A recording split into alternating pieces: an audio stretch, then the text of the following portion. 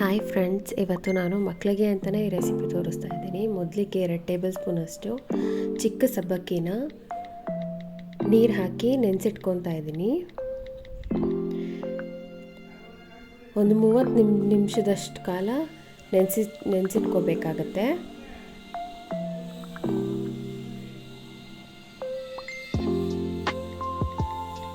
ಈಗ ನೆನೆಸಿಟ್ಟಿರುವಂಥ ಸಬ್ಬಕ್ಕಿನ ತಗೊಂಡು ಅದಕ್ಕೆ ಒಂದು ಗ್ಲಾಸಿನಷ್ಟು ನೀರನ್ನು ಸೇರಿಸ್ಕೊಳ್ಳೋಣ.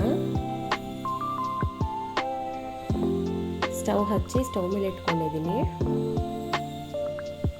ಈಗ ಇದನ್ನು ನಾವು ತಿರ್ಸ್ಕೋಬೇಕಾಗತ್ತೆ. ಹೈ ಫ್ಲೇಮಲ್ಲಿ ಇಟ್ಕೊಂಡು ಒಂದು 2 ನಿಮಿಷಗಳ ಕಾಲ. ನಂತರ ಈ ಥರ ಹೀಗೆ ಕುದಿ ಬರಬೇಕು.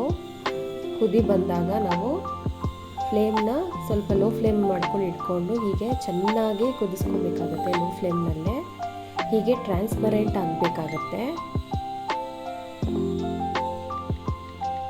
ಮಕ್ಕಳಿಗೆ ತಿನ್ನಿಸುವಷ್ಟು ಕನ್ಸಿಸ್ಟೆನ್ಸಿ ಇರಬೇಕಾಗತ್ತೆ, ಬರಬೇಕಾಗತ್ತೆ ಇದು.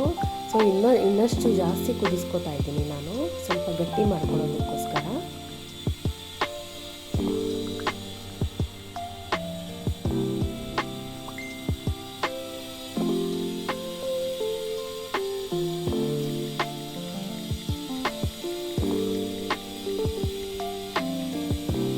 ನೋಡಿ, ಹೀಗೆ ಜೆಲ್ ರೀತಿ ಆಗಬೇಕಾಗತ್ತೆ. ನಂತರ ಇದನ್ನು ಒಂದು ಬೌಲಲ್ಲಿ ತೆಗೆದಿಟ್ಕೊಂಡು 2 ಟೇಬಲ್ ಸ್ಪೂನಷ್ಟು ಮೊಸರನ್ನು ಸೇರಿಸ್ಕೊತಾ ಇದ್ದೀನಿ.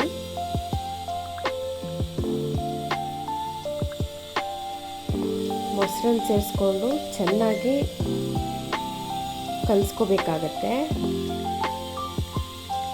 ಈ ರೆಸಿಪಿ ಎಲ್ಲನೂ ನಿಮಗೆ ಇಷ್ಟ ಆಗಿದ್ದರೆ ಆದಷ್ಟು ಮಕ್ಕಳಿರೋವಂಥವ್ರಿಗೆ ಇದನ್ನು ಶೇರ್ ಮಾಡಿ. ಉಪ್ಪು ಮತ್ತು ಪೆಪ್ಪರನ್ನು ಕೂಡ ಸೇರಿಸ್ಕೊಂಡಿದ್ದೀನಿ. Bye friends.